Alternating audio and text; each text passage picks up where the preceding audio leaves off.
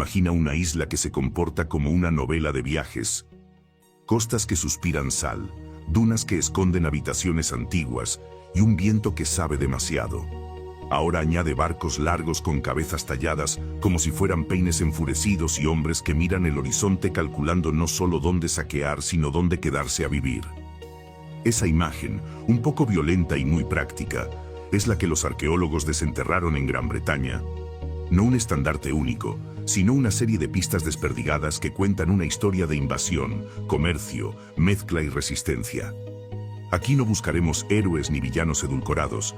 Buscaremos huellas en la arena, copas doradas que cambiaron de manos y huesos que llevan la historia grabada en cicatrices.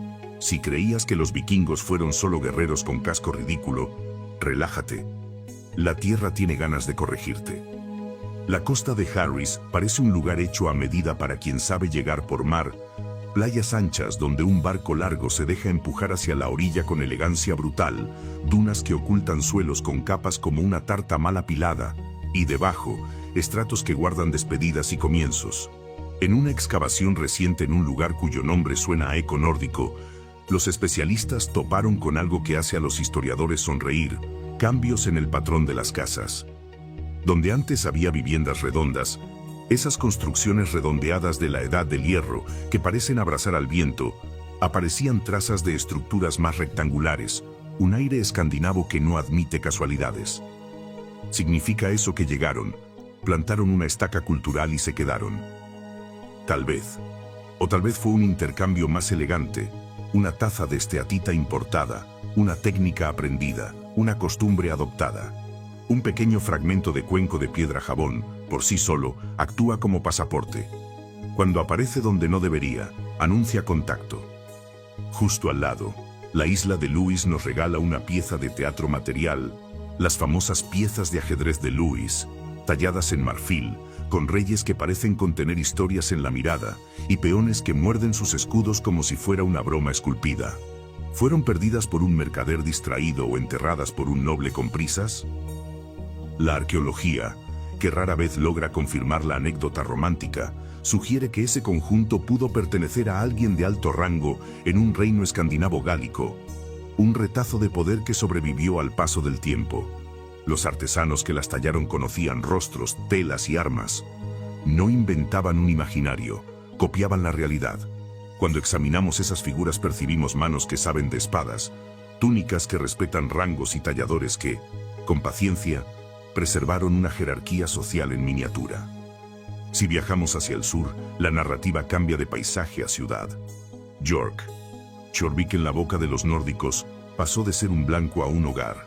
Aquí la invasión ganó trazo urbano, calles en cuadrícula, almacenes frente al río y una población que mezcló linajes. Los restos de la vida cotidiana emergen como una novela en capítulos pequeños, un inodoro que funciona como archivo de lo invisible, desechos domésticos que nos cuentan dietas, movimientos comerciales y modas, patines de hueso que no sirven para bailar sino para desplazarse sobre nieve y hielo como si fueran un pragmático par de esquís, cuentas de ámbar que traen al paisaje báltico a la orilla de luz. En York no solo hay saqueo, hay planificación, familias, mercados y una economía que se teje por hilos largos y a veces lejanos. La violencia también habla, y lo hace con la voz más cruda: huesos atravesados, cráneos fragmentados, carbonización que petrifica escenas de pánico. En Oxford, una fosa con decenas de esqueletos arroja luz sobre la brutalidad de episodios históricos como la masacre del Día de San Brices. Los análisis osteológicos no son novelas, son testimonios fríos, heridas punzantes en la espalda, tajos en la mandíbula, con evidencias de quemaduras que sugieren una violencia que no buscó solo matar sino humillar. La datación por radiocarbono, siempre precavida, sitúa esas muertes en un rango que permite pensar en una fecha concreta, y el perfil de las víctimas, jóvenes, con dieta marina, hila lo posible, podrían haber sido, de hecho, daneses atrapados por un ajuste de cuentas étnico-político. No es una conclusión absoluta, pero es un panorama que obliga a considerar que la historia no es solo conquista, es aviso, venganza y, a menudo, limpieza. Y luego está el brillo de lo que llamamos tesoro. pero que debería definirse con más cariño como una cápsula del tiempo que estalló en un campo. El tesoro del Vale of York, encontrado por detectores de metales, gente que a veces recibe el reproche de profanar y a veces el aplauso de revelar, apareció como una colección que condensaba lo global. Monedas procedentes de lejanas tierras islámicas, piezas de plata apiladas en formas usadas como moneda de peso, una copa dorada de origen franco que parece querer contarnos una historia clerical o ritual. Hallar un dirham junto a un trozo de plata hackeada y una moneda del rey que proclamaba ser rey de toda Bretaña es como encontrar, en una habitación, un pasaporte, una tarjeta de crédito y una fotografía familiar. Son claves para ubicar momentos y movimientos económicos. Mientras tanto, en las Hébridas y en las islas del norte, la vida cotidiana emerge sin grandilocuencia. Peines tallados que insinúan una industria casera o especializada, agujas de hueso que sostienen peinados y capas, objetos que se pierden en el barro y que siglos después devuelven la intimidad de una mano que se preocupó por lucir bien. The Udall, en Northwest, es una pila de cosas perdidas que se vuelven argumentos sobre estética y economía doméstica. La abundancia de peines sugiere no solo hábitos sino producción, probablemente destinada al comercio local e incluso a la exportación dentro del mundo nórdico. En Orkney, los brogs y asentamientos en acantilados cuentan otra preferencia vikinga, sitios que buscan ser vistos y ejercer control. Son lugares tan expuestos que la elección parece deliberada. Ser visible es un modo de poder. Allí, objetos como un tablero de juego tirado a un muladar nos recuerdan que la alta política cohabitaba con el entretenimiento, que un jefe podía exigir suministros mientras su gente discutía sobre piezas en un tablero. Runas grabadas en tiras de bronce aparecen como mensajes truncos que la modernidad no siempre descifra. Son notas de bolsillo de una época que no quiso dejar cartas largas, sino recordatorios compactos. York, o mejor dicho Jorvik, fue mucho más que una ciudad conquistada. Fue la declaración inmobiliaria más atrevida de los vikingos en suelo inglés. Allí no llegaron únicamente con espadas y antorchas, llegaron con cinta métrica mental, con ideas sobre cómo distribuir calles y levantar almacenes frente al río como si se tratara de un puerto moderno. Es irónico pensarlo, la fama de los vikingos está cimentada en incendios, pero lo que dejaron aquí fueron cimientos. La arqueología urbana en Ungate reveló esa dualidad deliciosa. Bajo capas de suelo que parecen las páginas mal apiladas de un libro, aparecieron restos de casas alineadas como si alguien hubiese diseñado un plano urbano. Y entre esas casas, pozos que funcionaron como letrinas colectivas. Sí, los excrementos son literatura para arqueólogos. Allí se leen dietas, parásitos intestinales, residuos de comida que cuentan más de la vida diaria que cualquier saga escrita siglos después. Los vikingos de Jorvik no solo sabían blandir hachas, sabían criar familias, planificar calles y, de paso, dejar basureros que ahora son bibliotecas de huesos de pescado y semillas. Lo fascinante es cómo esta planificación urbana vino acompañada de un apetito comercial que no conocía fronteras. De Whitby bajaba el azabache, negro y pulido, convertido en colgantes con agujeros mal centrados pero cargados de estética. Desde el Báltico llegaban cuentas de ámbar, pequeñas gotas fosilizadas que atravesaban mares para adornar cuellos en un pueblo lejano.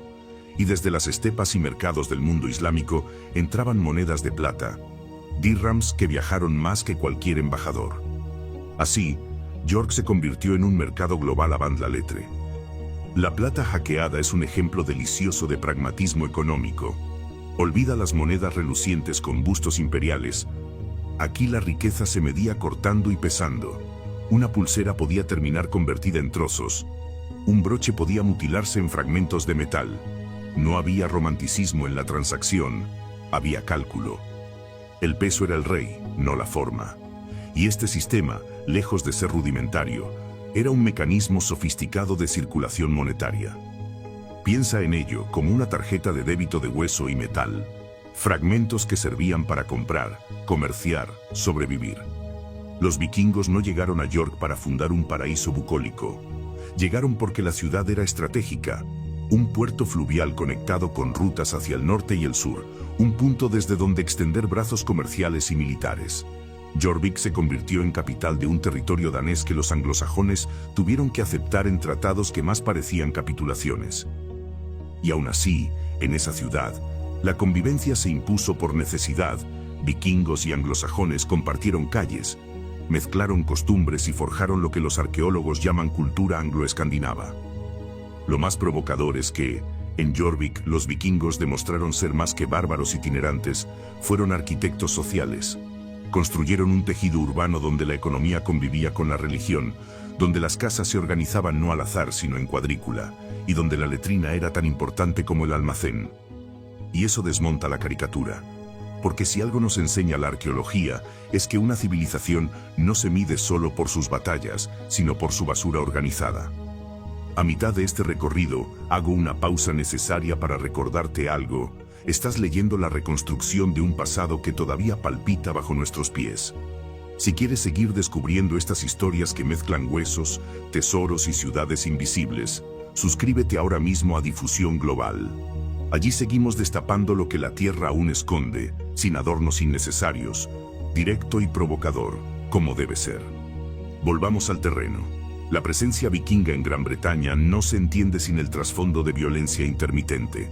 Las ciudades podían ser planificadas, pero el campo conocía el rugido de incursiones. Y a veces, la violencia alcanzaba niveles que parecían diseñados para borrar pueblos enteros. La masacre del día de San Brices es uno de esos episodios. El rey Etelredo el Indeciso, cansado de pagar Dangeld, tributos en plata que los vikingos cobraban como mafias marítimas, decidió cambiar las cuentas con sangre. Ordenó la matanza de daneses establecidos en la isla, un acto que transformó la sospecha en exterminio. Los restos encontrados en Oxford nos devuelven el eco de esa jornada. Huesos de hombres jóvenes de entre 16 y 25 años presentan heridas de filo múltiples, cortes en la mandíbula, perforaciones en la pelvis, puntazos en la columna. Algunos esqueletos muestran signos de haber sido incendiados, como si el asesinato no hubiera bastado. Los arqueólogos que reconstruyen esos cráneos rotos no hablan de héroes ni villanos, hablan de violencia desbordada. Y la datación radiocarbónica nos deja dentro de un rango temporal que encaja con aquel día de noviembre del año 1002. Esa masacre demuestra que la historia no es una lucha lineal entre invasores violentos y locales pacíficos. Aquí, los roles se invierten. Los anglosajones, bajo orden real, fueron verdugos. Y los vikingos, a quienes siempre imaginamos como depredadores, aparecen como víctimas. El suelo británico, una vez más, se convierte en archivo de ironías históricas. El contraste es brutal. Mientras en York, un grupo de escandinavos levantaba almacenes y planificaba calles, en Oxford otros eran perseguidos y abatidos sin piedad. Este doble rostro define la presencia vikinga en Gran Bretaña: integración y exterminio conviviendo, comercio y masacre coexistiendo, urbanismo y hogueras de huesos ardiendo en paralelo. El hallazgo del tesoro del Vale of York no es simplemente un golpe de suerte arqueológica, es un recordatorio de que, a veces, la tierra guarda mejor los secretos que cualquier crónica escrita. Imagina el momento. Un padre y un hijo con detectores de metales, más preparados para encontrar una lata oxidada que para tropezar con uno de los conjuntos vikingos más extraordinarios en más de un siglo. Y de pronto, la pala se hunde, la tierra cede y aparece una copa de plata dorada que parece haber estado esperando, durante 1000 años, el instante justo para volver a ver la luz. Este tesoro contenía más de 600 monedas y decenas de piezas de plata. Pero no es la cantidad lo que deslumbra, sino la historia que cada objeto arrastra consigo. La copa, por ejemplo, no fue fabricada en Escandinavia ni en Inglaterra, su origen apunta al Imperio Franco. Decorada con niello negro que contrastaba con el brillo dorado, era un objeto con carga simbólica y probablemente religiosa. Que terminara en manos vikingas solo tiene dos explicaciones plausibles: botín tras un saqueo o tributo entregado con resignación.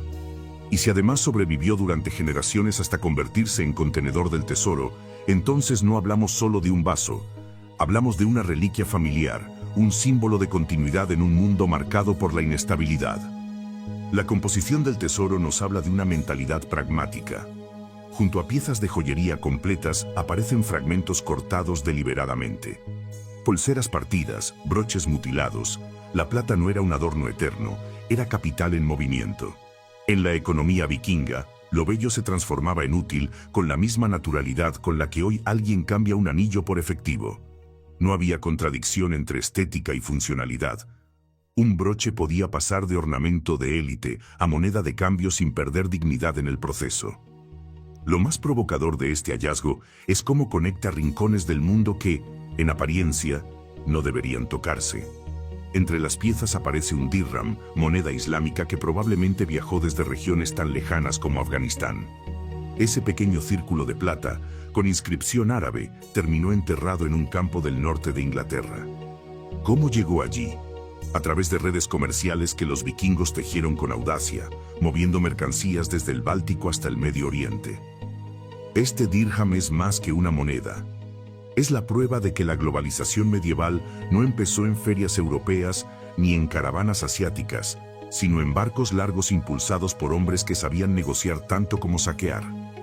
El tesoro también incluye monedas anglosajonas, entre ellas una particularmente simbólica, un penique acuñado bajo el reinado de Atelstan, proclamando con orgullo su título de rey de toda Bretaña. El mensaje era político, casi propagandístico.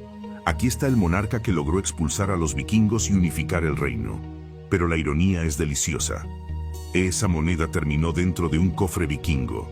El símbolo de poder anglosajón pasó a engrosar el capital escandinavo, como si el destino hubiera querido reírse un poco de los discursos oficiales.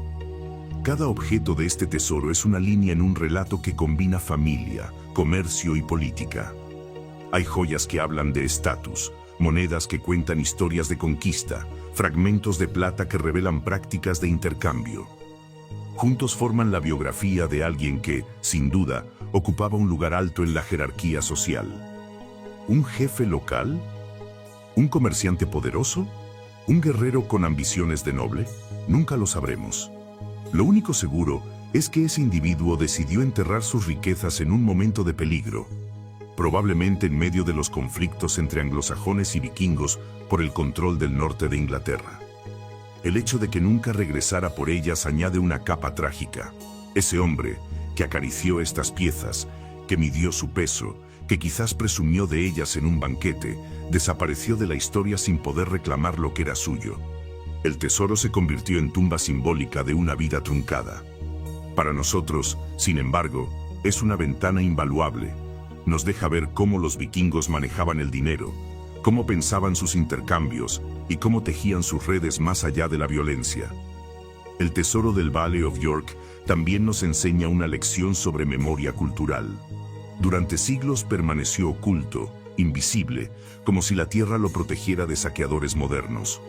Cuando finalmente fue descubierto, no solo reescribió la arqueología de la época, sino que reveló que la riqueza vikinga no era una suma de botines improvisados, sino el resultado de conexiones profundas, una red de contactos que unía aldeas nórdicas, ciudades inglesas, talleres francos y mercados islámicos.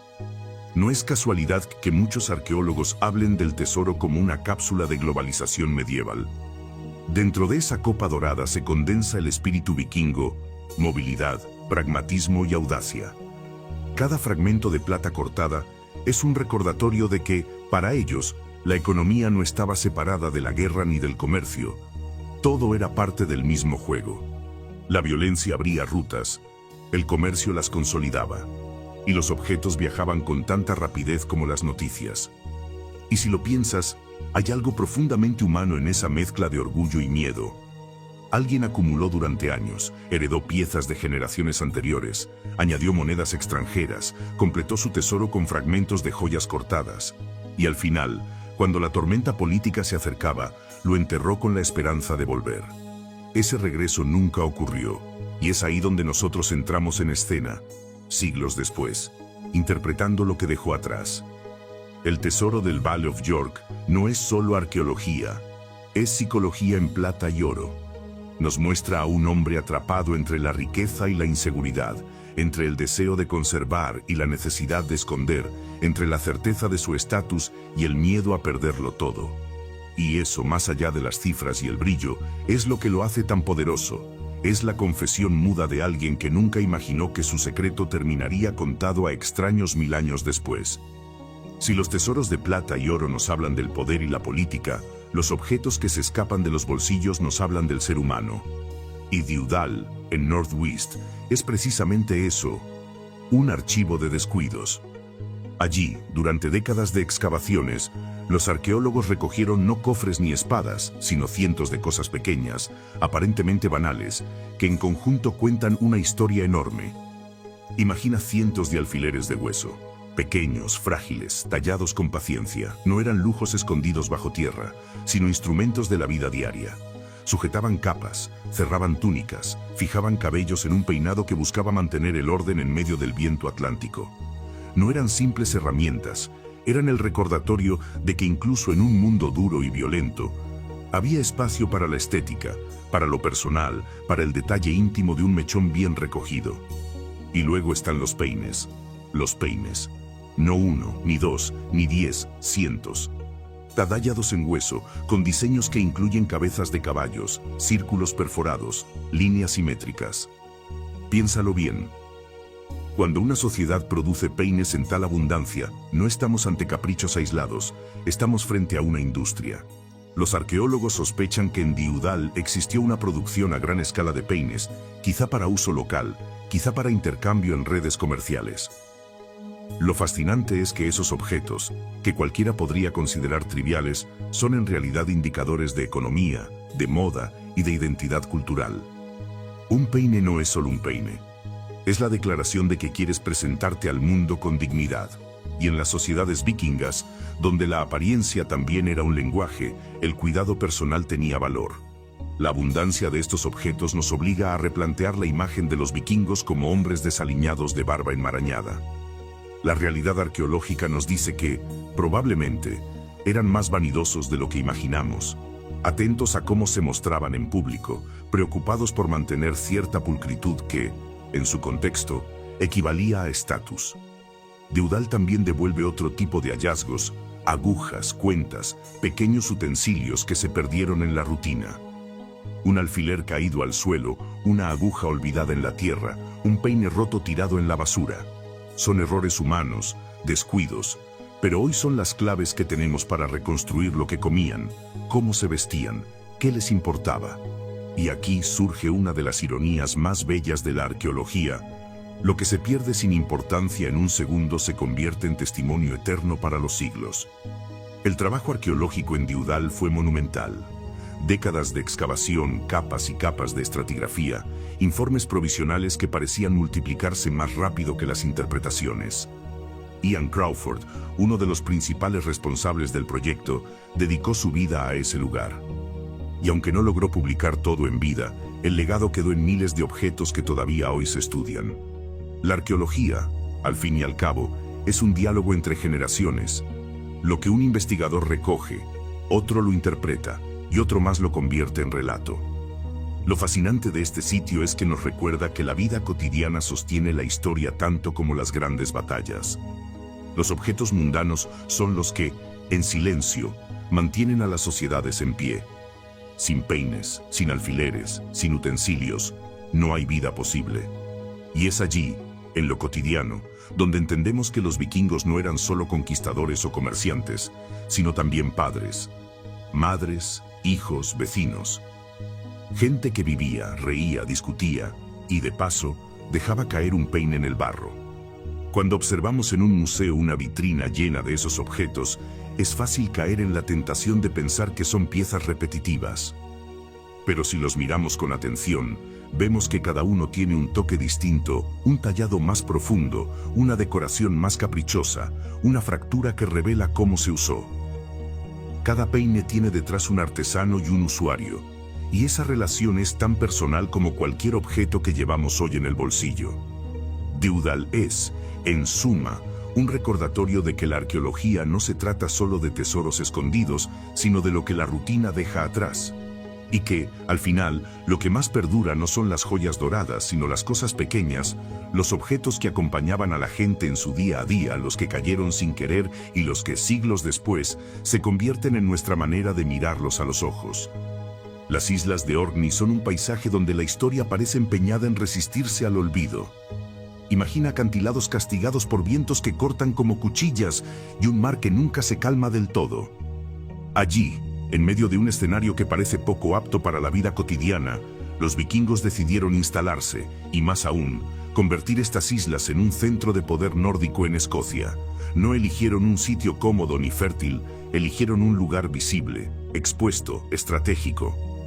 El mensaje era claro: aquí estamos, y todos deben saberlo. Uno de los escenarios más impresionantes es el Broch de Dernes, un asentamiento en lo alto de un promontorio de roca pura. 30 metros de elevación natural, un lugar difícil de acceder incluso hoy, con escaleras improvisadas y viento que amenaza con arrancarte la piel. ¿Por qué vivir allí? La respuesta es política tanto como práctica, porque desde allí se domina la vista del mar, porque ser visto era tan importante como ver. Levantar una sala de banquetes en un sitio así era una declaración de poder. No solo controlabas el horizonte, obligabas a todo viajero que entrara al archipiélago a reconocer tu autoridad. Dentro de estas casas excavadas en la roca, los arqueólogos han encontrado restos que cuentan historias menos solemnes. Un tablero de juego, por ejemplo, hallado en lo que fue básicamente un basurero. Alguien lo arrojó, roto o quizá ya inútil, y siglos después aparece como testimonio de que la vida vikinga incluía momentos de ocio, de distracción, de estrategia recreada en piezas sobre un tablero. Probablemente se trataba del Enfatafl, un juego popular en Escandinavia, mezcla de ajedrez y guerra de guerrillas, donde las piezas simulaban asedios y defensas. En un entorno tan hostil como Dirnes, este tablero era algo más que un pasatiempo. Era una forma de pensar la guerra en miniatura, de entrenar la mente para los desafíos reales. Lo irónico es que estos hallazgos, tan humildes, hablan tanto de la sociedad como los tesoros más brillantes. Un tablero tirado a la basura nos dice que había tiempo libre, que había jerarquías que permitían a algunos dedicarse al ocio mientras otros aseguraban el sustento. Nos habla también de estatus. No cualquiera podía tener un juego así, y menos aún darse el lujo de descartarlo. Pero Orkney guarda otra sorpresa: runas, pequeñas inscripciones grabadas en tiras de bronce que han puesto a los especialistas a rascarse la cabeza. Las runas eran el sistema de escritura de los pueblos nórdicos, pero no eran un alfabeto fijo, cambiaban con el tiempo y la región, mezclando signos que a veces parecen familiares y otras veces indescifrables. Encontrar un fragmento con runas en Dirnes es como descubrir un mensaje de texto en clave de hace 1000 años. Sabemos que alguien quiso decir algo, pero el contenido exacto se escapa. Los expertos que han intentado descifrar estas inscripciones reconocen algunas letras, incluso combinaciones que podrían formar palabras, pero los textos aparecen abreviados, comprimidos, como si fueran notas rápidas o siglas entendidas solo por los iniciados. Esa brevedad recuerda a nuestros propios hábitos de escribir con prisas, reduciendo frases a símbolos que solo ciertos grupos comprenden. En otras palabras, las runas de Dirnes son un recordatorio incómodo. Los vikingos también tenían su jerga privada, sus abreviaturas y sus códigos. Y nosotros, siglos después, seguimos intentando descifrarlo sin garantía de éxito. Lo fascinante es que estas runas aparecen en un contexto donde todo indica que los vikingos habían trasladado a Orkney no solo su fuerza militar, sino su cultura entera. Casas excavadas y revestidas con piedra, techos de turba, juegos de mesa, runas en objetos cotidianos. No estamos ante invasores de paso, sino ante colonos que implantaron su forma de vida en un paisaje remoto. La arqueología aquí no muestra saqueo ni violencia, sino continuidad cultural. Una familia viviendo en casas diseñadas para resistir tormentas, un jefe que controla la vista marítima desde su salón, gente que dedica tiempo a juegos y a grabar mensajes en tiras de metal. Es un retrato distinto, menos espectacular que un tesoro y menos brutal que una masacre, pero igualmente revelador. Lo que Orkney nos deja claro es que el mundo vikingo no fue solo un relámpago de violencia que arrasó costas, fue un proceso de asentamiento, de adaptación y de poder simbólico. Porque vivir en lo alto de un acantilado expuesto a todos los vientos no era práctico, pero sí era un gesto de autoridad. Era, en términos modernos, una pancarta de piedra y turba gritando: aquí mandamos nosotros. Si juntamos todas las piezas, el mosaico vikingo en Gran Bretaña deja de ser un cuadro en blanco y negro para convertirse en un tapiz lleno de ironías. Porque los vikingos fueron todo lo que se dice de ellos, y lo contrario también. Saquearon monasterios, sí, pero también fundaron ciudades. Encendieron hogueras, pero también trazaron calles en cuadrícula. Atacaron sin piedad, pero a veces fueron las víctimas de la matanza. Encararon tormentas en barcos largos, pero también cuidaron su peinado con esmero, rodeados de peines de hueso tan delicados como una firma en piedra. En Harris y Lewis vimos el inicio, asentamientos tímidos, fragmentos de esteatita, tumbas que sugieren contacto y piezas de ajedrez que encarnan la fusión de culturas. Allí, los vikingos aparecen como recién llegados que tantean la costa, trayendo objetos, hábitos y una nueva forma de ocupar el espacio. En York descubrimos otra cara, la de urbanistas inesperados, capaces de planificar ciudades, levantar almacenes, importar ámbar báltico y monedas islámicas, y mezclar sus vidas con anglosajones en un cruce cultural que ningún rey pudo detener del todo. Oxford, en cambio, nos mostró la brutalidad pura, esqueletos de jóvenes apuñalados y quemados, víctimas de un odio que cambió los roles. Allí, los anglosajones fueron verdugos, y los vikingos, los cuerpos anónimos que la tierra aún devuelve con heridas visibles. La masacre del día de San Brices es la prueba de que la historia nunca pertenece a un solo narrador. Todos mataron, todos fueron asesinados, todos dejaron cicatrices. El tesoro del Valley of York nos llevó a otro registro, el de la economía global medieval. Allí, en una copa dorada de origen franco y en un dirham viajero desde Asia, vemos que los vikingos no eran simples depredadores. Eran comerciantes que transformaban joyas en fragmentos de plata para intercambiar, pragmáticos que podían convertir un broche en moneda sin pestañear. Ese tesoro es, en realidad, una confesión, acumulación, miedo y deseo de permanencia enterrados bajo tierra, esperando un regreso que nunca llegó. Dewdall nos habló de lo cotidiano, de lo que realmente sostiene a una sociedad. Alfileres, agujas, peines, objetos que parecen irrelevantes y que, en conjunto, revelan una industria de la vanidad, un interés por la estética y la prueba de que los vikingos no eran bárbaros desaliñados, sino personas que valoraban la presentación, la pulcritud y el detalle. La arqueología de lo pequeño, esa que rescata lo que alguien perdió sin querer, nos recuerda que la historia está hecha tanto de grandes conquistas como de descuidos minúsculos. Y en Orkney, los vikingos dejaron la firma más visible, asentamientos en acantilados imposibles, tableros de juego arrojados al basurero y runas que aún se resisten a ser descifradas. Allí no vemos saqueadores de paso, sino colonos que implantaron su cultura entera en un paisaje salvaje. Eligieron vivir donde el viento castiga porque querían ser vistos, porque el poder no es solo dominar, sino anunciar que dominas. El resultado de todo esto es un retrato mucho más complejo que el estereotipo del guerrero con hacha. Los vikingos fueron invasores y vecinos, comerciantes y víctimas, urbanistas y artesanos obsesionados con el peinado. Su huella en Gran Bretaña no es un simple capítulo de violencia, sino un proceso de integración, conflicto y legado. Y lo más irónico es que, siglos después, seguimos llevándolos en la sangre, en los topónimos, en los objetos de museo y en la forma misma en que pensamos la mezcla cultural. La arqueología nos enseña que bajo nuestros pies hay mundos esperando a ser contados. Que cada fragmento, cada hueso, cada moneda, es una voz que se niega a callar. Y que la historia, lejos de ser un relato lineal de héroes y villanos, es un terreno movedizo donde los roles cambian y las verdades se multiplican. Así que si quieres seguir explorando este tipo de historias, directas, provocadoras y reveladas por la tierra misma, no lo dudes, suscríbete a Difusión Global. Porque los vikingos ya hablaron con runas, con espadas y con peines. Ahora es nuestro turno de escucharlos en la voz de la historia que aún late bajo la superficie.